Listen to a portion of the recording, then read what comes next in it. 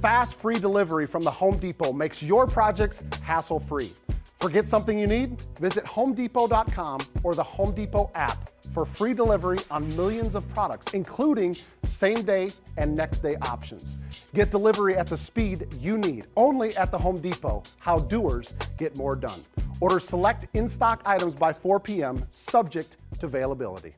We have been told that we are the big boys in town. Well, he's yapping. He's into it. I'm talking about he is like lit. He's trying to start preaching. Let everybody say amen. I can get chills a little bit thinking about what these two guys can do. This is the Falcons Audible presented by AT&T. And look who we got back in the house. Shockley is here. Appreciate you guys. Appreciate you guys missing me, calling me. I love you. Appreciate You're that. welcome. Welcome back. Yeah, thanks. Did we call you out? Sometimes I kind of turn the page. Yeah, I know you got a lot going on. You know, you got a lot of different things going on. Forward to the next thing here. Yeah, he said we lost you. I said, I think I tried to come back and say, we didn't really lose you. He just got some stuff going. Throw that 60 on him, by the way, right there. 60th anniversry right there. 60th anniversary right there. That's pretty cool. Of course, Dave Archer's here. I'm here, Derek Rackley. We're here. We're gonna get right into it. We're gonna talk about, unfortunately, a Falcons loss to Tampa Bay. As we all know, these games against Tampa Bay, at least recently, have been barn burners. Falcons won both of them last year, but they both came down to the wire. This one came down to the wire again. Guys, there's so many things that we can take away from this, but let's, DJ, since you were gone last week, I'm going to start with you, and let's get kind of your overarching thought. Yeah. Hey, you don't get to ease back into this, dude. I'm throwing you right back into the fire. I was expecting Archie to say, all right, here we go. Sit back.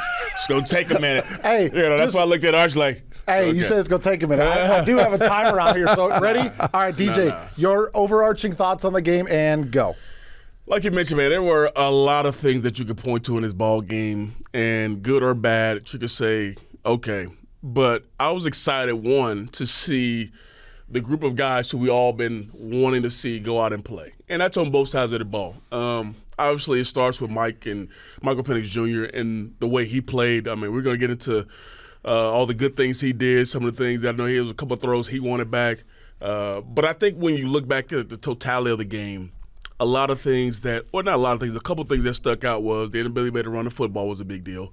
You thought coming in that wouldn't be an issue. You thought you'd be able to run the football. Now, we did, maybe have a little extra runs to the left as opposed to the right at times, considering what we had going on.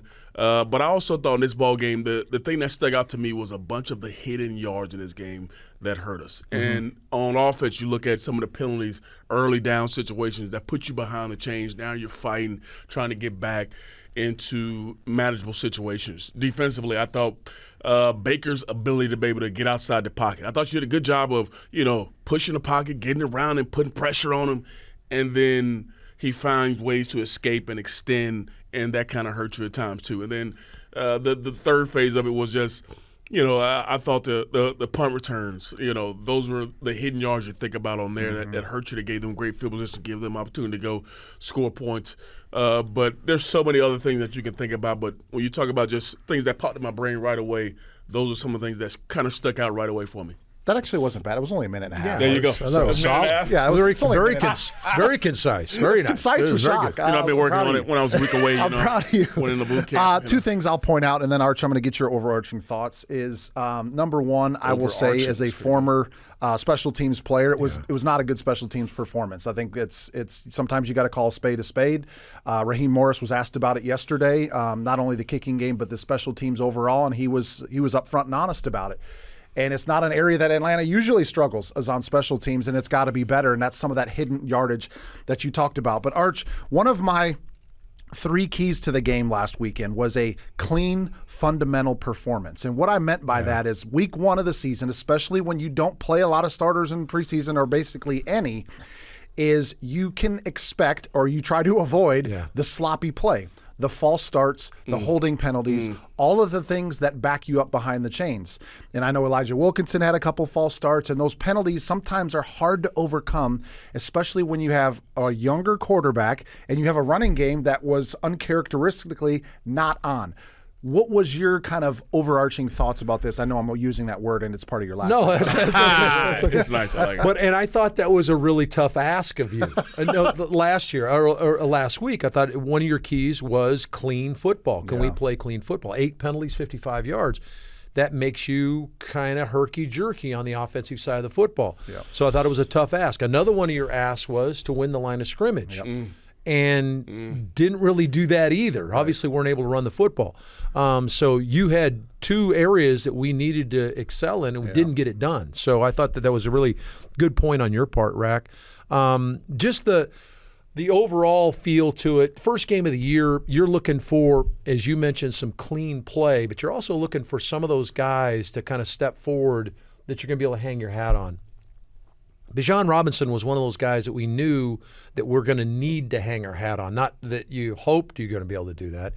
And I thought it didn't take long. And guys, you guys were in the building.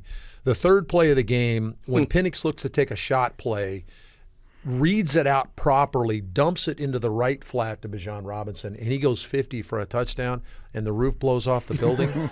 I don't normally get up. I'm standing up, beating on the window and stuff. It was an incredible play. Those were some of the things that you'd hope to see. We had talked about home run plays and things like that. That was something that stuck out to me. Penix's play, and I know we'll dive in deeper into Penix's play. I thought he was extremely poised and did some really good stuff, especially late in the football game to give you a chance to win. And I thought that there's some undue criticism from my perspective that's falling on the defense. This was a defense that gave up 18 plays of 15 yards or more in the last two games against Tampa. They gave up 4 on Sunday, okay? Unfortunately, 2 of them were touchdowns. Yeah. And one of them is probably a play that if you go back, Xavier Watts just takes the wrong angle. He's in the proper position to make a play on. The ball goes over his head. And, of course, they took advantage of Jesse Bates' aggressiveness and threw over the top for a touchdown. But this is a defense that gave up 260 yards of total offense. Yeah. Tampa was number 3 in the league in offense last year, and they were held to under 300 yards 3 times all last season. You held them to 260 yards. That's, to my impression, and the explosives, you add that in, that's winning football. Yeah. And I think that some of that gets brushed under because we end up losing the football game, and there was some dysfunction potentially on the offensive side. But those are kind of some of the overriding things that kind of stuck in my mind. Well, and I think the couple things from the defensive side that I want to throw into it, and then we'll get to some other things, is we talked about the storyline of Godwin not playing for Tampa, and that was going to be a quote-unquote loss for them. But on the pregame show, I was telling Taylor Vismore, I said, Emeka Egbuka is the real deal. Okay, so don't think that without Godwin playing that they're going to take a huge step back, because Emeka Egbuka has played in the most pressure environments that you could kind of draw up in college football, and he had some of the best success of any Ohio State wide receiver. Okay, guy come off a national championship. I kind of knew, I had a feeling in my head that he was going to slide in and fill that role of Godwin pretty easily. But the other thing that I thought was impressive is, guys, Mike Evans has 11 straight seasons over 1,000 yards. Crazy. And he had 5 catches for 51 yards in this game. You'd think that, okay, maybe Godwin is out, that Evans is going to go off, right? Well, they kept him under wraps, number one. Number two, in the first half, I'm on my headset with the guys down in the control room, and I'm just kind of talking about what I see. And the one thing that I noticed about the defense, guys, is it looked faster. The defense looked like they had a little bit extra juice to them this year. And I'm going to point out Divine Diablo. I liked what I saw out of him. The way that he filled holes, the way that he ran side to side. I think he's only going to make Caden Ellis better this year, because now they've got another inside linebacker that can control in between the tackles and let Caden Ellis kind of be Caden Ellis. Play behind the line of scrimmage, play on the line of scrimmage. So those were some positives. Before we kind of dive into what went bad, DJ, I think we should talk about some of the positives. And you guys talked about Michael Penix Jr. Again, I'm on the set here with 2 quarterbacks. I feel like where his first performance in 2025, when all the expectations were on his shoulders, was pretty darn good. What did you make of his performance? When you look at, I go back to when Raheem Morris first got here, and when we were all talking about looking for a quarterback. We knew that was one of the top priorities for this organization. And the first thing that Raheem Morris said was, we want a guy who is an elite processor. And I think in this game we saw a guy who processed information at the highest level and did it in that amount of time. I thought he was accurate. I thought he did a good job of taking what the defense gave him when he took take checkdowns. I thought he showed toughness. I thought that he showed the athleticism, showed a little juice, showed a little, moxie about him inside the pocket. I thought there were plays that were out there, and he made him. I remember one particular throw, a guy's barreling down on him, and he lets it go, throws his corner out to Casey Washington on the Falcons sideline, and gets right back up and goes. But I thought he did a good job of handling the biggest moments of the game the best. And you're talking about situationally third down. You're talking about at the end of the ball game when time is, of the essence, and certain situations where, all right, I remember it's 11 seconds on the clock, and, you're like, all right, Rod, you gonna really go for this right now? Or, you know what I'm saying? We in range, you know what I'm saying? Yeah. And but the wherewithal for him to know, all right, this ball's got to go either to the sideline or it's got to go in the end zone. And obviously we know it's the one he throws to Kadero Hodge, and obviously we don't come up with it, but it gives you an opportunity. I thought he did a good job of, one, getting the football out of his hands, which was – in this game, we talked about the front, talked about how good they were defensively, all the things that Todd Bowles does to you, and he let the football go, gave his guys a chance to make plays with it down the field. But you talking about decision-making was number one. Didn't turn the ball over. You throw it 40 sometimes, you don't turn it over. That's a big deal. Wasn't in harm's way. Did a really good job of running this offense, and it didn't look like, oh, yeah, he didn't play in preseason. I thought he did really well. I thought he looked really good without having those quote-unquote preseason games to play in. So he was a guy that you say, you know what, you got something. And I heard Baker Mayfield tell him after the game, you're going to be a dude in this league for a long time. And the way you played shows, dividends. And, I think that's why a lot of people were excited about this team coming in. And if you're out here, if you ever seen him in practice, you knew there was a little something different about that dude, number 9, and, he gave you a chance to end that ball game. That's all you can ask for. Yeah, let's throw a share in on top of it, Rack, and great points about what Penix was in this game, and you kind of knew what you had, and a mature guy that had played a lot of ball prior to getting here, got the 3 games a year ago. But let's give some credit to T.J. Yates. Let's give some credit to Zach Robinson in talking him through some of this stuff and practicing some of it out on the field. Because you're exactly right, Shock. I said, okay, there's 11 seconds left on the clock, and I'm trying to explain to the audience that I'm talking to on radio, you don't have enough time for the ball to be completed in bounds and rush up and kill it. Right. Yeah, that's going to take somewhere between 12 and 15 seconds. You don't have enough time to kill it. This is a real gamble. He's got to understand that he can't throw it. And what's he do? Comes back, and his only look is to keep the safety in the middle field. He's going to take a shot to Kadero Hodge down the left sideline. And he makes a really good throw. Monster throw. If Kadero didn't get bumped a little bit at the top of the route, he may have a chance to catch that in the back corner of the end zone. But he understood the situation.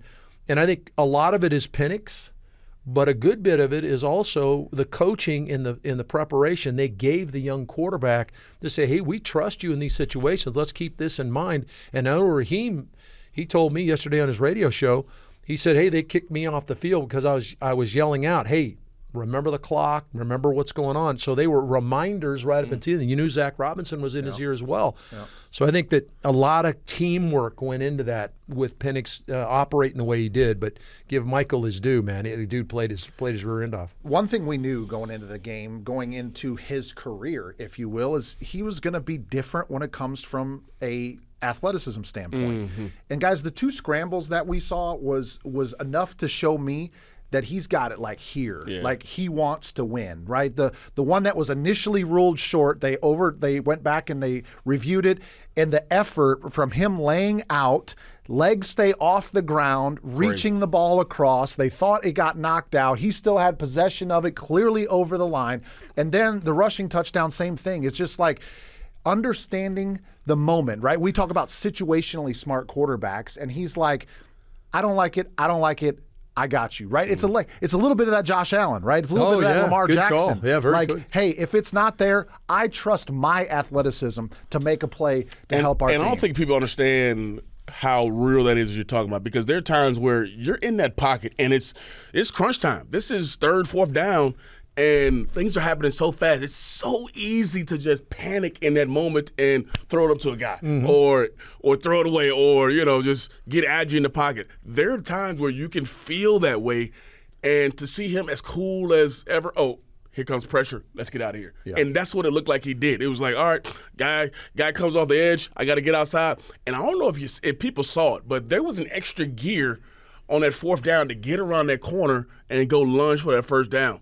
The effort to keep both knees up on that fourth down and extend that football to get in the zone, come on, man. That's different. Yeah, the ironic for me, guys, and I know you guys will remember these plays. If you go back to Michael Penix as, I believe, a freshman at Indiana, he gets out of the pocket early in the season against Penn State. Penn State, highly ranked, goes to the corner. He actually gets hurt on the play, but dives to the pylon, very similar. It immediately hit me as he got out of the pocket that I knew he was going to go for the pylon. And I thought, oh, no, don't get banged up or don't get hurt. But he makes this play. No hesitation on his part at all to go get that. This is why Arch is the dude. I mean, come on. And then back to his freshman year. And then the other piece of the irony is when he gets through the pocket on fourth down and lays out, I immediately go back to 2003, Michael Vick laying out against Carolina and elevates. It was like Superman diving through the air to get in the end zone. Wes even talked about it on the radio. We haven't seen anything like that since Michael Vick. And for his presence of mind to get that hand down, not let the knee touch and break the plane, there's an awareness, and that's what you were talking about, Shock, an awareness of him that belies how much play time he has in this league. And I think, wow, you're in a really good place, Atlanta, with your quarterback. There's no question about that. This kid he's a kid, but he's a man. Yeah. I mean, the guy can go play. He's a very mature, younger quarterback. The last thing I wanted to say about Michael Penix is I was listening to the press conference yesterday, and one of the reporters asked the question to Raheem Morris about, do you go into a game with an idea in mind of how many times you want to throw it, right, with a young quarterback? And I love this question because, and there's no disrespect, but like to me, it's like you haven't been in a locker room before, you never game plan before, you never been in the fire before. Yeah. Because what happens is sometimes you got to get completely off script to win a game. For sure. Okay? Do whatever you need. Yeah, you may not dial up 42 passes initially coming into it, but sometimes the game dictates what you have to do. You throw it out. Throw it out. And guess what you remember is that he was a first-round pick. Yeah. There's a reason why he was a first-round pick, because everybody in this organization had that much confidence in his ability as a passer, as a quarterback, as a decision maker, as an elite processor. I think the number one example that sticks out to me right now as we sit here and you say that is he's talking to Arch after the game. I mean, Arch asked him that exact same question. Oh, you guys had to throw up more than you probably wanted to. The run game wasn't there. Was that a kind of a goal objective as you guys go in? And the one thing he said was, we just want to win the game. So that tells you whatever it takes, run, pass. We didn't come to the game thinking I had to throw it 40 sometimes. We didn't think we had to come to the game and run it 45 times. Whatever it is, we're going to do it to win the ball game. And I think that speaks volumes for how his mind is, and it doesn't matter what it takes to get the job done. You're going to do it. Every coaching staff in the NFL is going to tell you that if you throw it 40 to 45 to 50 times a game, something is going to happen, right? Like you're putting the ball in harm's way. I don't care if you're Michael Penix Jr., you're Tom Brady. You throw it 50 times, a lot of times mistakes are going to happen. How many times did we hear that from coaches? Okay. You put the ball in the air, 3 things are going to happen, and 2 of them are bad. But the fact that you have a quarterback in this organization that you feel like, hey, we can throw it 42 times. We have the confidence this early in the season to do it. Now, they came up short, but sometimes you have to extrapolate the good even out of a losing performance. One thing I did want to mention before we kind of turn gears a little bit, Bijan Robinson in the passing game was lights out once again. He actually did have the one drop, and his numbers would have been even better coming out of the backfield. He's electric in open space. He makes catching look easy, and I would hate to be a defender trying to tackle him. You and I were talking about this right before halftime, his ability to break people's ankles. Unbelievable. And the big stat that comes up is how many missed tackles he had last season and all this kind of stuff, and it continues. We were talking about that at halftime. And then the other guy that I think deserves a little credit in this, filling in for Darnell Mooney, was Casey Washington. How many big third down catches he had? There was one where he runs a hitch right outside, and the ball's a little bit off, and he snags that thing coming across. I mean, just an unbelievable job of Casey stepping into those spots, even banged up a couple times in the game. But, not having Mooney out there was, obviously not ideal, but it's a reason why they feel good about Casey Washington. We saw a couple instances in the ball game where he stepped up and made catches for you too. I know we're going to talk about some things that didn't go well, and they're going to have to fix to get ready for Minnesota. But let's give credit where credit's due. Been a lot of conversation about Kyle Pitts and what Kyle Pitts is going to bring to the table. I thought, Drake gets banged up a little bit late in the game. Casey was a little wounded at some. I thought Kyle stepped up big time late in the game. He made some really good plays. Made a nice stiff arm on a guy. Went and got a first down. 7 catches, I think 58 yards for Kyle Pitts. He saves his best for Tampa for whatever reason. I think he had some 12 catches a year ago for almost 200 yards and 2 touchdowns in the 2 games against Tampa. But I thought Kyle understood the situation and stepped up for his quarterback to make some plays. So that bodes well moving forward. I don't know how you stiff arm a dude who's squared up on you, looking right at you. That was unbelievable. Get off me. Like Shockley. Nah. Well, like that. I think I also saw Derrick Henry do that on Sunday Night Football, but he's just a different animal altogether, so we won't go there. Well, I also saw him lay the ball on the ground, too, so I don't know. So those were some of the positives, but gentlemen, we got to be honest, and we got to discuss why the Falcons ended up losing this game because of areas of concern, areas that need to be cleaned up, and quite frankly, areas that were not good enough. And I'm going to start this conversation because this is where I made my career, and I talked about it, is that special teams was not good enough. From the return yardage to giving away yards on kicks and also the kicking game. And it's, I mentioned it earlier, Raheem Morris had to answer questions for about the first 6 minutes of his press conference about the kicker situation. Guys, this is a what have you done for me lately league. All day. Okay? I lived it. You guys lived it. Even more so in the specialist position. And I feel like I'm somewhat qualified to answer this or talk about it because a lot of coaching staffs will have players like Jeff Ulbrich, okay, that played the game, played it at a high level, and coached positions that he played. Right. So they know the good, the bad, the mental struggles, the physical struggles, so on and so forth. Very rarely does any coaching staff have a former kicker, former punter, or former long snapper, okay? Those guys are human too. They have their mental struggles.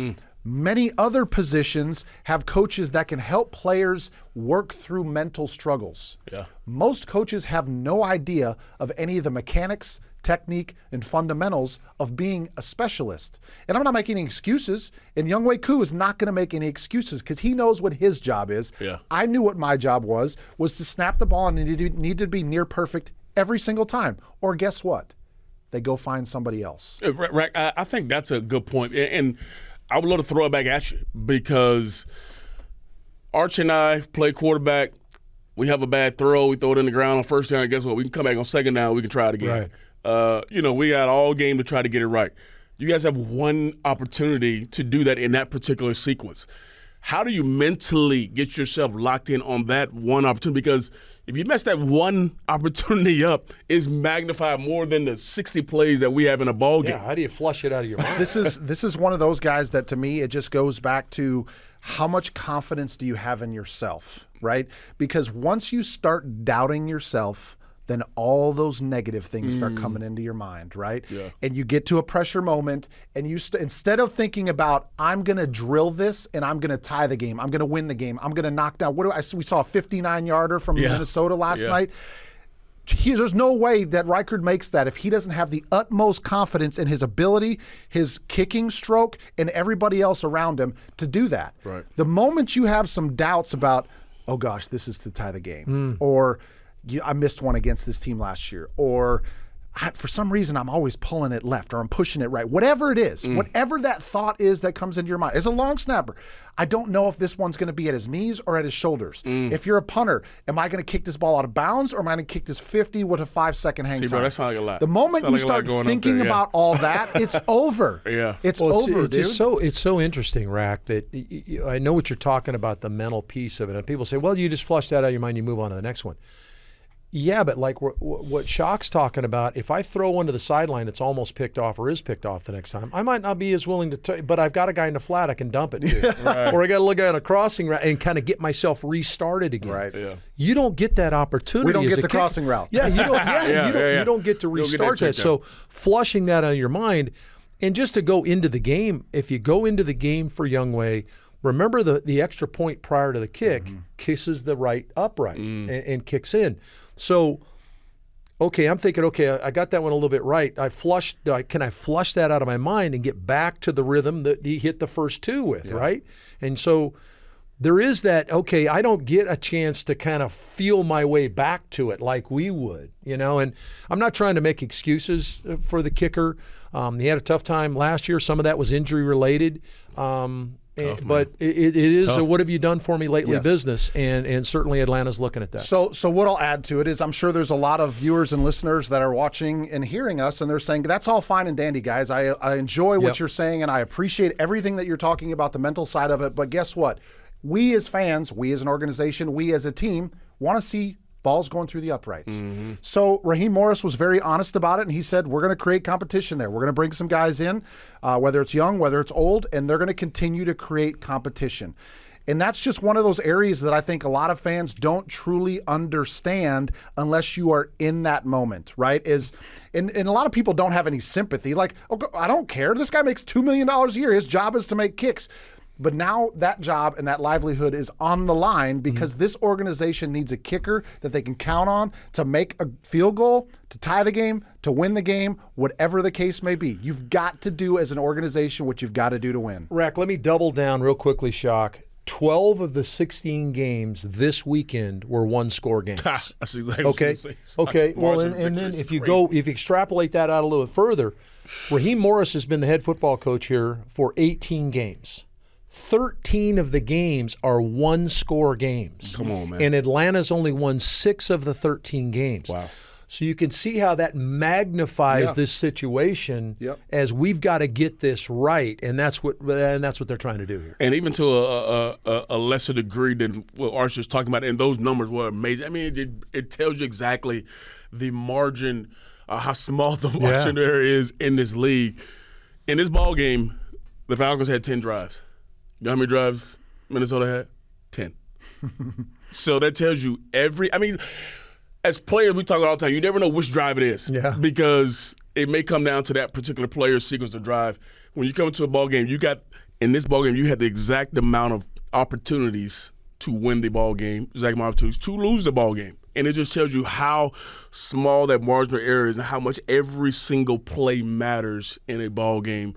And the numbers you just mentioned are amazing. And you think about how each and every week, how each and every game, how really good players are in this league and how good coaches are in this league, that it comes down to one-score games. You think about a ball game and how many plays you go through it and you get to it and it comes down to the last 2 or 3 plays of a ball game. I mean, it's an unbelievable thing you think about that, it goes a long way when you think about that margin of error. And that's how important that third down catch in the first quarter is. Yeah. As much as kicking the kick that wins it. And everybody wants to, but it came down to the kick. There was 126 plays running this game, and that's why players talk about, I've got to play every play like it's my last play. And I know it's rhetoric and it's maybe cliched type stuff, but truly what Shock's talking about, the numbers I gave, these games come down to just 1 or 2 plays, and it might be that sideline catch on third down or a drop on a slant on first down that puts you in third medium to extend a drive.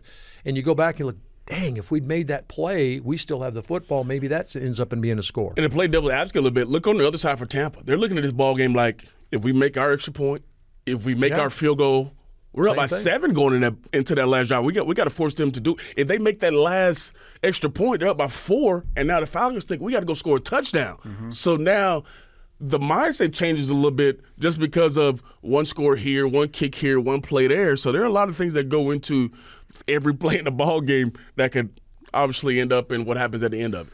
We all know, guys, there's a 53-man active roster, and 3 of those players are a long snapper, a punter, and a kicker, and they are just as important as all the other 50 players on the team for situations just like we're talking about right now. So we have not acknowledged it here, the head coach, The front office has acknowledged it. They're going to create competition, so don't be surprised if there's a new face in here this week to compete with Younghoe Koo. That's just the nature of the beast in the National Football League. You produce, you win games, everybody loves you. Yeah. You end up struggling, that's when they go try to find a way to get better, and sometimes getting better is finding new personnel. Guys, let's talk a little bit more about the run game, which was an area I don't think that we came into this game thinking was going to struggle. However, we all know Tampa's got a really good front. They're very well coordinated on the defensive side of the ball. It wasn't going to be easy, but even with a new right tackle, you still had 4 other guys that have been there for a couple of years.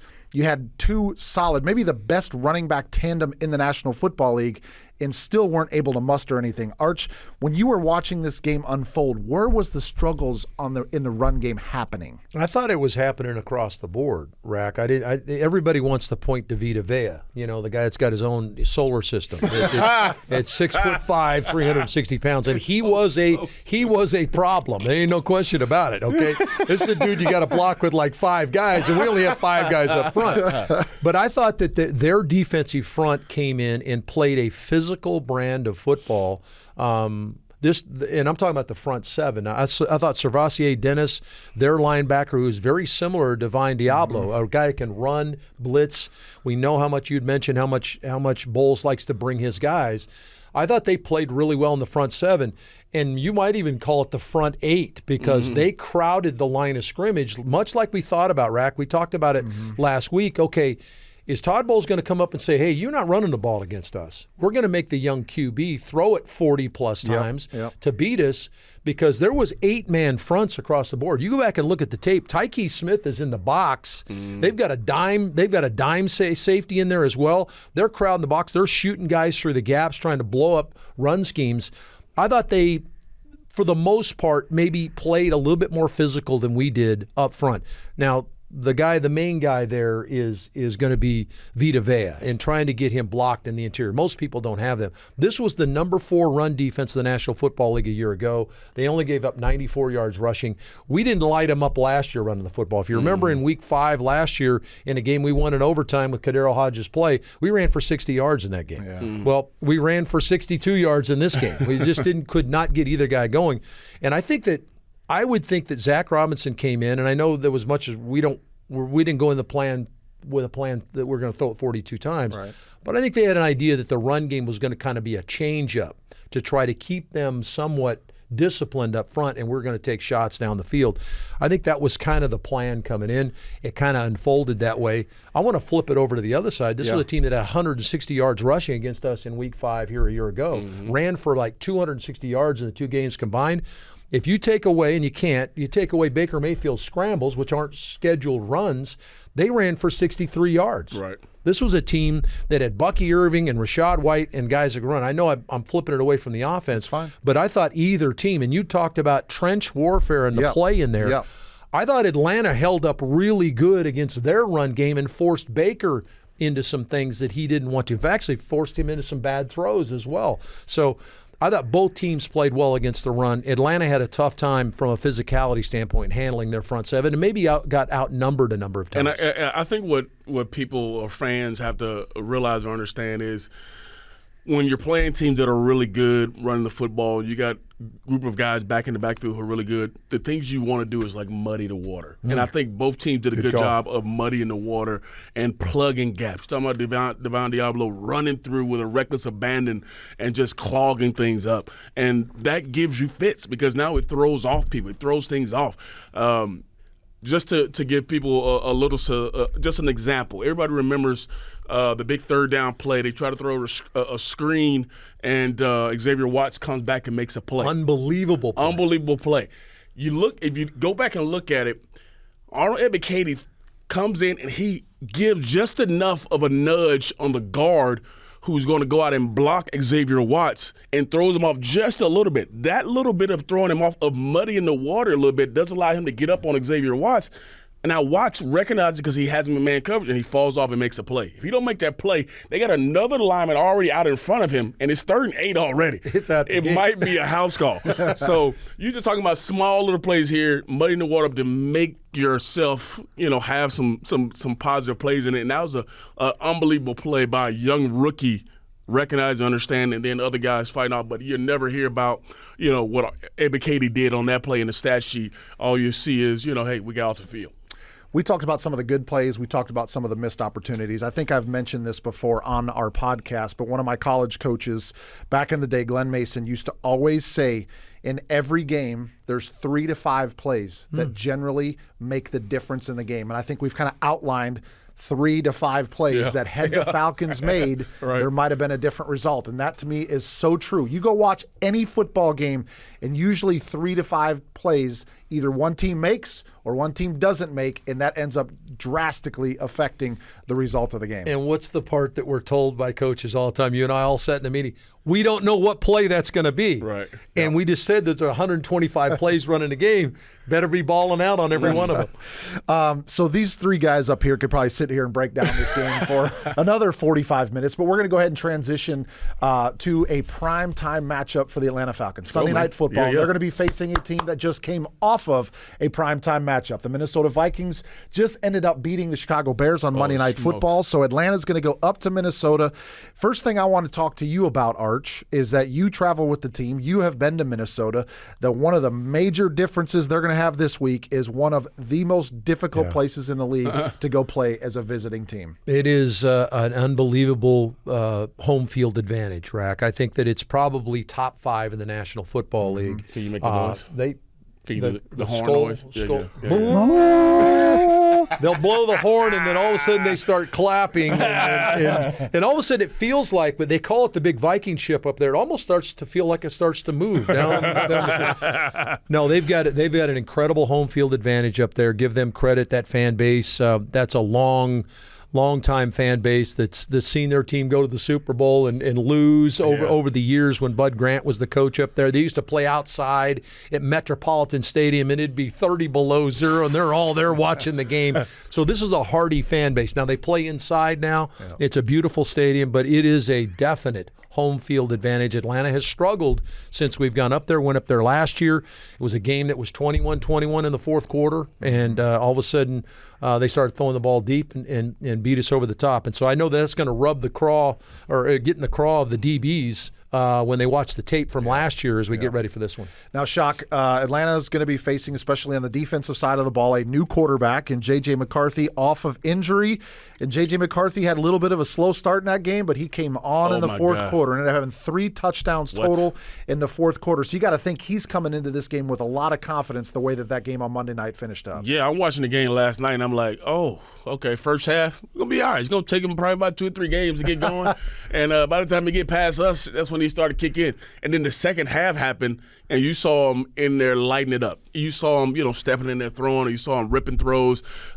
Big touchdown to Justin Jefferson, big throw to Aaron Jones, who we know is a big factor. He's similar to what we got in Bijan, a guy who can catch out the backfield, can make things happen.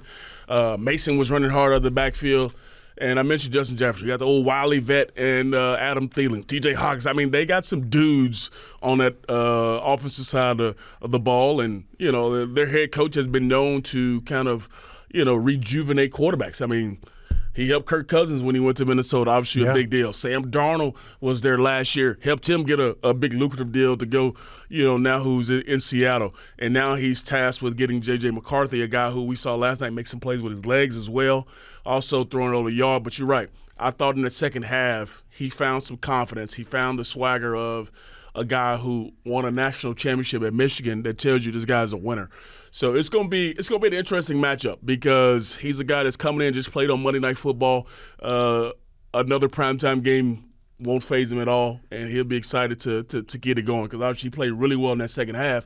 And as a quarterback, that's the best thing you can have is, I just lit it up. I can't wait to get back on the field and do it again. So he's got some guys that believes in him, got a coach that believes in him, and he stepped up and played some really good football in that second half to give his team a chance to win, and ultimately they did. Arch, let me throw this question at you. Is this game more about the adjustments that Atlanta makes? Because everybody says in the National Football League some of the best growth you see in the season is between week 1 and week 2, okay? Is this game against Minnesota more about the adjustments and the things that Atlanta cleans up, or some issues that get presented by Minnesota that they're going to have to combat? Which one is it? Well, it's got to be both, doesn't it, Rack? Yeah. I think you got to combine the both, and I know you were leading me that way, so very kind of you to do that. I think that this is about obviously getting better and making your adjustments, some of the things you didn't do well, and then getting ready for what Minnesota's going to present to you. This is a defense that is not nearly as highly rated, yet is probably as athletic, maybe not quite as physical up front. Mm-hmm. They went in and addressed their interior defensive line. Javon Hargrave comes over, a guy that you probably remember was on those Philly teams, had double-digit sacks in a Philly, then got a big deal to go to San Francisco's, now in Minnesota. Mm-hmm. Jonathan Allen, a guy that had been in Washington, comes over to try to solidify their interior. I think they felt like they were being run on a little bit in the interior, so they went and got 2 big-time interior guys. But make no mistake, you'll be hard-pressed to find 2 edge guys that make more of a difference than Jonathan Grenard and Andrew Van Ginkel. Those 2 guys combined for 23.5 sacks last year, and they can flat come off the edge.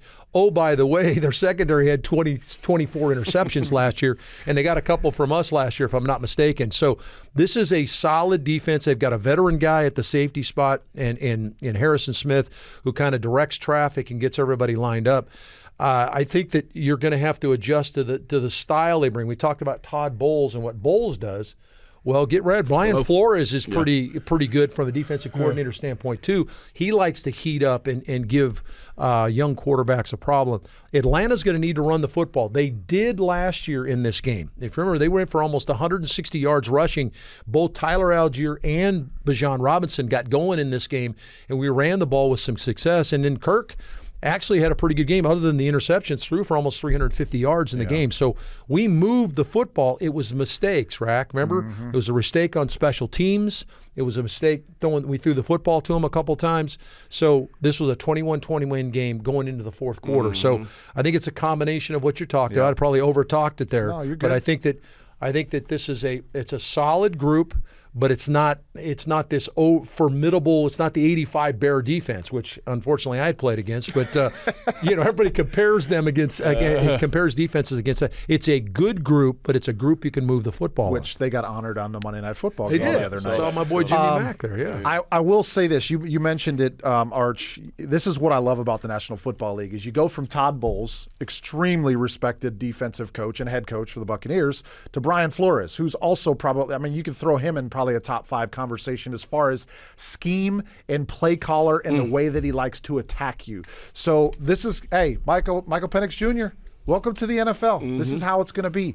You're going to play against really physical teams that have just dudes everywhere, or you're going to play against defensive coordinators that just know how to make it difficult for you. And I think that's the case this week. So this is how you grow as an NFL quarterback is how do you navigate the things that you learned in one week and then apply it to next week, and we'll see if he's up to the challenge this week. Which is great because you're going to have opportunity to do it again. And I think one thing if you can lean your hat on is you saw a quarterback that was not fazed by everything that was thrown at him by Todd Bowles. You thought he stood in there and made the right decisions and got rid of the football when he needed to. It's going to be another situation in this ball game, but on the road, in the hostile environment, that has to be amplified even more because of what you can do if you turn the football over in this ball game. But I think you're going to be fine. You got a quarterback that can make the right decisions. We know he's a guy that likes to study the game, and for all the reasons you mentioned earlier, Archie, about all the guys he has around him that's going to help him, mentally be prepared for this ball game. I think you feel good about going into this situation and Flores and what all he brings. Nothing an offensive line wants to hear less than they got out physical in a game. Oh, yeah. Yeah, I would guarantee you that Dwayne Ledford's crew is chomping at the bit to get back out on the field and run the football with the prowess that Atlanta ran it with last year, right? They got 2 running backs that can go get it. I guarantee you that offensive line as a group, and there's no more cohesive group on a football team, as you guys know, than an offensive line. Those guys want to eat, and they didn't feel like they fed well enough last week. Now, this is a good defensive front. They want to go. They're going to want to come out. And I would think if you're going to look at any group that would like to take an exponential step, and you talked about you're better from week 1 to week 2, would be the offensive line to come off the ball and want to run the football and give their young quarterback an opportunity to have a two-way go. Which kind of leads me to the question that I want to ask you guys, and this is not a key. I'm trying to differentiate this from being a key to the game to this game will be one where, or will be one if. And I'm going to start, because give you guys a little bit of time to think, you know how I did that right there. Good job, right? Try to help you guys to success. And for me, I'm going to go a little off script because I'm usually like a trenches guy, a run the football type guy. But it still has something to do with that, and it's going to be who wins in explosive plays in this game. Because, Arch, you talked about it against the Buccaneers. Would they have 2 explosive plays? Or the 2 of them Bucks had 4. 2 of them were for touchdowns. Exactly right. And I think about the fourth quarter that J.J. McCarthy's coming from. I think about Justin Jefferson and what he likes to do, playing at home. Yeah. And you don't want him grittying all the way across the end zone, getting all them people excited. Yeah, we don't want that. But which team can win this, and this is not necessarily a battle that's usually talked about inside buildings, is which team's going to have more explosive plays. It's more about which team runs the ball better, which team has better in the turnover margin. To me, explosive plays. If you end up letting Minnesota have explosive run plays, explosive pass plays, you get the ball in Jefferson's hands and you let that crowd feast, like, boy, it's going to be hard. But if you can minimize those, and if it's 4 and they're not scoring plays, okay, and if on the offensive side of the ball, you can get some of those explosive plays. Offensive line rises to the challenge. They block everybody up. Matt Schaub told me one time, he said, dude, I love it when they bring pressure. Yeah. Because I know I got man-to-man. I know I got man-to-man coverage, and I got a shot Make it for so a much big easier play. for you. Come get some. So when the quarterbacks see they line up and you got 2 guys in the gap and them safeties come down, if you're not licking your lips, you're missing an opportunity because that's your chance for an explosive play. So can Michael Penix Jr. in this offense gets more explosive plays than Minnesota can? Who wins that matchup, I think, helps decide the winner of this game. I'm going to let you go next.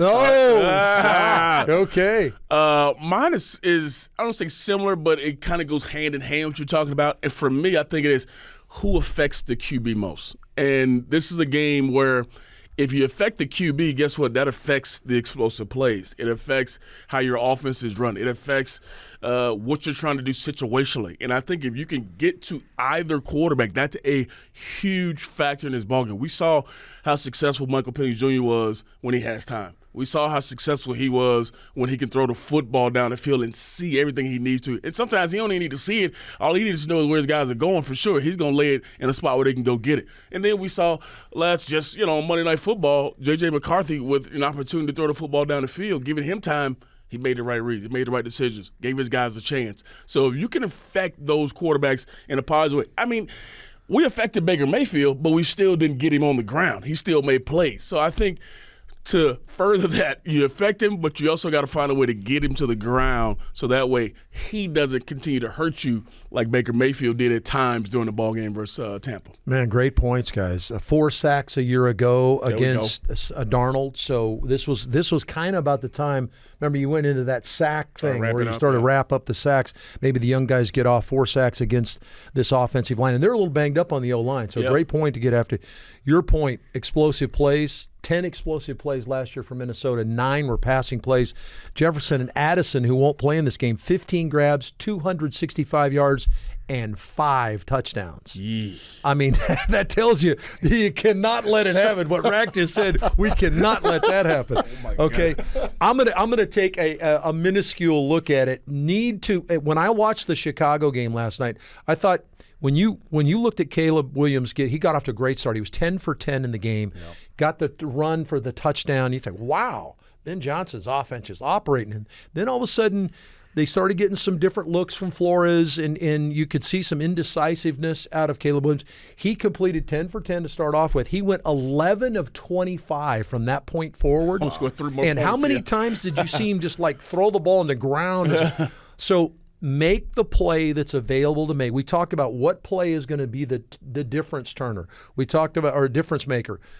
We saw Bijan catch one in the flat and take it 50. Get him the ball. Don't miss that throw. catch the football when you had an opportunity. I thought Drake had a couple opportunities that slipped through his hands. We had a deep over route that was going to be potentially a monster play, and Kyle stops running, against man coverage. He's got him on the over route. You gotta improve from those things. You gotta watch the tape, improve from those moments. We talked about how much better, Rack just talked about, exponentially better in week 2 from week 1 because you got that game time. You got some of the experience. Now you got to change those things. And the thing that Rack talked about, you can't have the administrative stuff, getting lined up, jumping off sides, because that puts you in 2nd and 15. Now Brian Flores says, okay, hey, I'm going to heat you up with some stuff that I wasn't necessarily going to until I got you in this down and distance situation. So it's just the little stuff. Make the play that's available there, and that's going to give you an opportunity to be in position to win the football game. They always say take what the defense gives you, and that doesn't just mean it's a check down. The defense might be giving you the shot down the field, and you got to see it, and you got to go get it. Well, and to your point, if you go back and look, there's an end zone shot, and I don't mean to keep throwing Caleb Williams under the bus here, but he gets an opportunity where he's got Roma Dunze on an inside. He's got a post route down through the middle. Safety bites up. He doesn't throw it. Yeah. Take the shot. I guarantee our guy's taking that shot because he wants to throw the ball down the field. I always heard the 3 words, cut it loose. Cut it loose. You can't be afraid to cut it loose. Don't get too many. All right, remember to follow us on all of your podcast apps and on YouTube or wherever you get your podcast material. And don't forget, there's more than just the Falcons Audible. We want to make sure you watch us every week on Wednesdays, by the way. But we've also got the Final Whistle and Friday 5. So wherever you get your podcast material, you got all kinds of stuff here for the Falcons, okay? So thanks for joining us. It's been the Falcons Audible presented by AT&T. That's TJ Shockley, Dave Archer. I'm Derek Rackley. We'll see you next week, hopefully after a Falcons victory on Sunday Night Football against the Vikings.